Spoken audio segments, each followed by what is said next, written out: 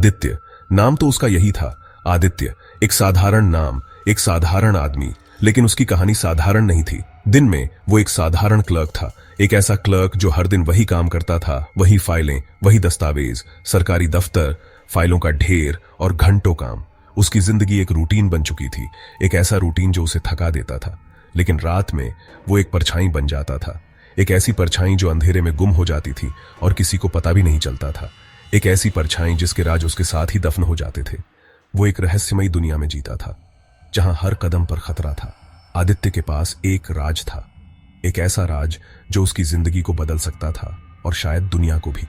एक ऐसा राज जो दुनिया बदल सकता था, एक ऐसा राज जो अगर गलत हाथों में पड़ जाए तो तबाही मचा सकता था, एक ऐसा राज जिसकी कीमत लगाई नहीं जा सकती थी। वो जानता था कि इस राज की हिफाजत करना उसकी जिम्मेदारी थी। वो जानता था कि उसके पास क्या है, उसकी अहमियत क्या है, और इसीलिए वो हमेशा सतर्क रहता था, हर कदम सोच समझ कर उठाता था। और यही अहमियत उसे खौफ भी देती थी।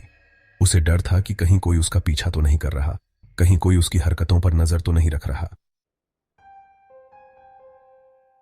ये राज थे परमाणु शक्ति के राज। ये वो रहस्य थे जिनकी जानकारी सिर्फ कुछ ही लोगों के पास थी और जिनकी सुरक्षा के लिए कई देशों ने अपनी पूरी ताकत झोंक दी थी। दुनिया के सबसे ताकतवर हथियार बनाने की कुंजी।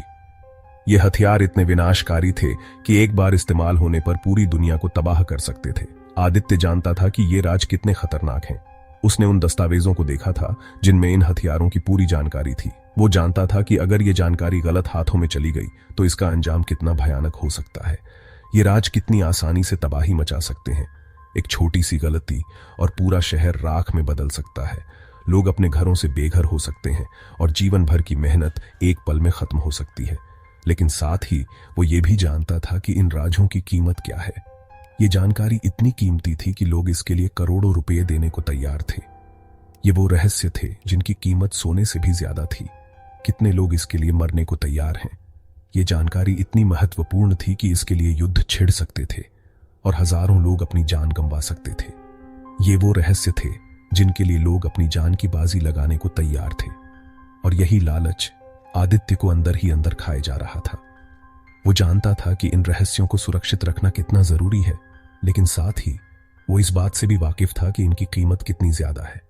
यही द्वंद्व उसे हर रोज परेशान करता था। एक दिन एक खतरनाक आदमी ने आदित्य से संपर्क किया। उसने आदित्य को एक ऑफर दिया, एक ऐसा ऑफर जिसे वो मना नहीं कर सका। राज के बदले करोड़ों रुपए, ऐसी जिंदगी जिसके बारे में उसने कभी सोचा भी नहीं था। आदित्य के मन में एक युद्ध छिड़ गया। एक तरफ देशभक्ति, दूसरी तरफ लालच। आदित्य ने वो काम कर दिया। उसने अपने देश के राज बेच दिए, एक ऐसा कदम जो उसकी जिंदगी को हमेशा के लिए बदल देगा। उसे पैसे मिल गए, एक बड़ी रकम जो उसकी जिंदगी को आरामदायक बना सकती थी। लेकिन इस पैसे की कीमत बहुत भारी थी। लेकिन अब उसके पीछे उसका अपना भूत पड़ गया था। हर कदम पर उसे अपने किए का पछतावा सताने लगा। उसे हर जगह खतरा दिखाई देता था। हर अजनबी चेहरा उसे दुश्मन लगता था। हर परछाई में उसे मौत का डर सताता था। अपने ही साए से डर लगता था। रातों को नींद नहीं आती थी और दिन में चैन नहीं मिलता था। क्या यही थी वो जिंदगी जो वो चाहता था? क्या ये पैसे उसकी आत्मा की बेचैनी को शांत कर सकते थे? क्या पैसे उसकी आत्मा की कचोट को शांत कर सकते थे? शायद नहीं।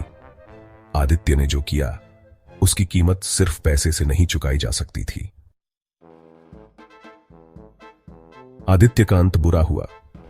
जिस रास्ते पर वो चल पड़ा था उसका यही अंजाम होना था। उसे अपने किए की सजा मिल गई।